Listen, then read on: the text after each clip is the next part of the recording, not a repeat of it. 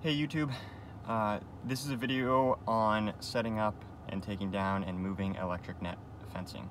I've been doing this for probably 6 years now, and moving fences every 3 days or so, every 2 days. And so hopefully some of the information here is helpful and can save some time with learning, and then I'm always learning myself and figure out new ways to do anything. So if there's anything that you've picked up and learned about moving electric net, let me know in the comments, and we'll all learn together. All right, enjoy. All right, the first piece is laying out the fence with the bundle down, and then going over and connecting it to your hard fence or trailer. And I will use a shoelace knot to just tie it onto the fence, so it's easy to take that knot off by one hand by just pulling it. When I set up the fence, I have the bundle underneath, and then if it's really sticky, then I have to pick it up way over my head so that the sticks don't get tangled in the bundle. But bundle's underneath, and then the top fence rolls off, and because this roll is tucked up neat, nothing gets tangled when I drop it off. So I just keep dropping, and you don't really have to even look at it, but you just keep dropping the top layer off. I like that better than the bottom because sometimes I can't see what's happening or feel it as well, and so that just keeps going until I'm at a fence or until I overlap the next one. And then obviously I'll set up the entirety of this fence so that it won't ground out. So I just set this up. I laid it out first from this end that I'm at. So I ended down there, and then I've decided to walk back here to set it up, because I have a fixed point here that I know needs to stay here, and then this end is going to connect back over to here. So I'm going to set it up from this end so that I can keep it tight the whole way down, and I don't end up with slack where I don't have anywhere to put it.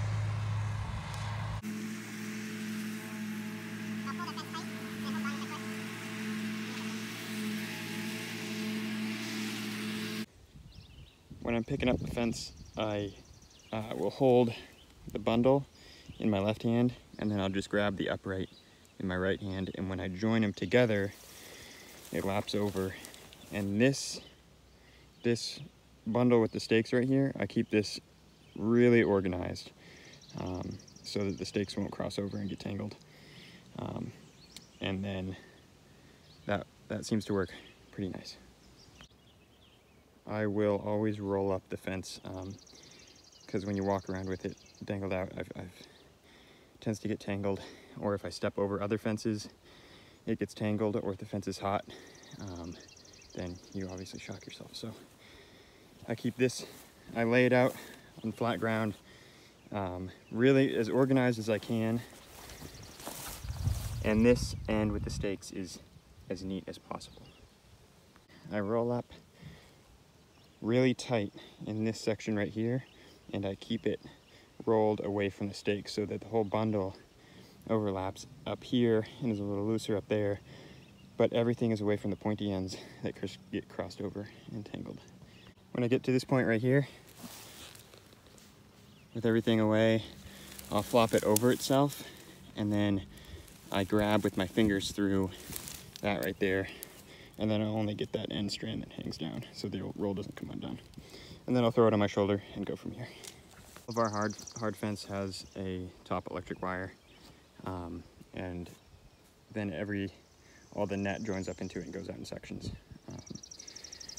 When I hook it up, I'll have the connector end, and I'll click it back onto the fence to keep it from dangling and grounding out on the hard fence itself.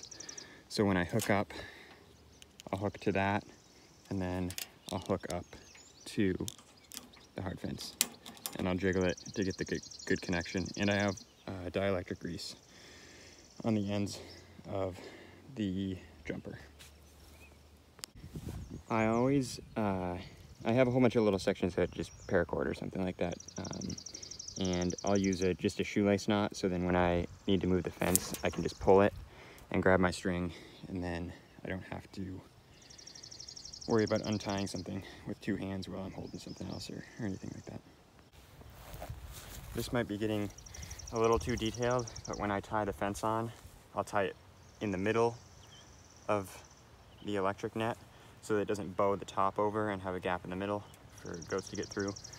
And then when I tie it on my shoelace, this is how I tie my shoes, but I'll cross over and bring up that slack. I'll hold it with my knee so I have enough room, and then I'll pinch my bow there, loop around, and pull it back through with my fingers. That makes strips about this wide. This is a pretty big area, or a pretty big length, and so the next one will get mowed over here down, and then continue to go. I'll start a runway so that the fence will come down here and then branch off. And when I have that fence branch off, this one's not electrified right now, so this pile right here gets set off to the side and just looped over. So this run won't be electrified, but the next one that goes over here will be jumped to this fence. We move the goats every 48 hours, so they're on a place for 2 days, depending on the weather, but 2 or 3 days. And then we mow, after they've been on that area, we mow it down to get fresh growth, and then they're back in the same spot in, it's like 80 days or so, depending. Everything's set up here. The direction that I'm going, that bottom of the stake is pushed all the way that way, so there's no slack in the middle. So I didn't set up this fence on this side, someone else did. So there's little bits of slack all the way down through, and then this one is more neat along the bottom and not drooping over like this right here, because that line will ground out.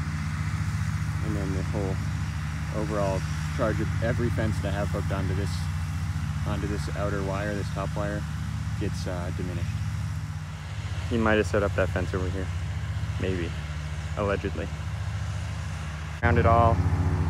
So whenever I do it, I try to be as neat as possible with it, so that wind won't blow it over, heavy rain won't loosen up the ground and have it just fall over.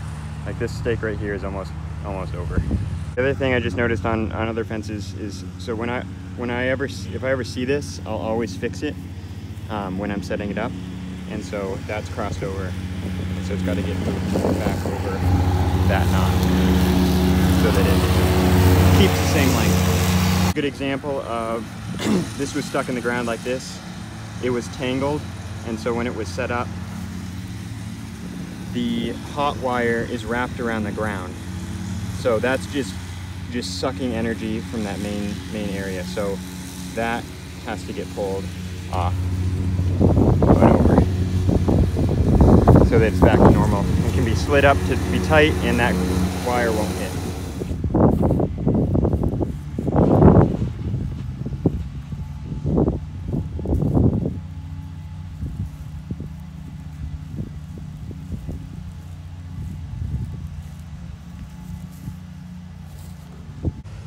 So this may not need to be said, but if you're ever out in pasture, this fence, and this is not from personal experience, I promise, this fence I never really trust to be not electrified. Sometimes if this is hooked up too close, or the top end or somebody else hooks it up, that it could be electrifying the hard fence. So if that is ever a possibility, then if I have to go pee and I'm out in pasture, I don't pee on any fence whatsoever, ever. Previous video, if this fence was electrified, this mid wire right here, which I have turned off right now, was touching this electric right here. And this mid wire, it's turned off, and I have it tied up hard against the fence in some places. So this would jump onto the hard fence and electrify it. So I never trust it. And our electric here is really strong, and so that could be dangerous. I don't know what they're doing, but they're being helpful. On any kind of corner, if it's bending, I'll bias that pole in the other direction so it ends up straight when the tension of the fence pulls on it. The second thing is this fence is laying down and grounding on this bottom wire, And so sometimes you can't avoid that because there's a little hill. So I'll grab the bottom and I'll pull it over the hill so that it's at least going straight up and down. It's on YouTube, and then these guys over here can watch it. I'm just kidding. They're really helpful, these two guys. I haven't spent a lot of time talking to everybody who sets up the fence on exactly what I do. So this net is hooked up to this top wire, and when I go to unhook it, I'll pull off the top wire first and click it onto this fence, and then I'll come over and put that jumper there if I'm going to keep the jumper in the same spot. I won't necessarily, unless I'm just unhooking it temporarily,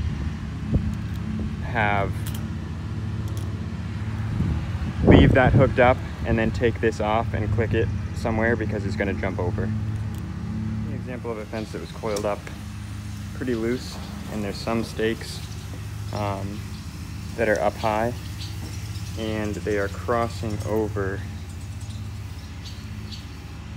hot wires on other fences. So then when this gets uncoiled, there's going to be a tangle with this. So that's why I always keep it really tight and organized on the stake end, and then when this gets coiled up, I coil it up away from the stakes and as tight as possible. The last bit that I forgot to mention is mowing ahead of time and mowing strips for the fence to lay in. The electric will ground out on tall grass and take that charge away from the overall fence, but that's one thing we do.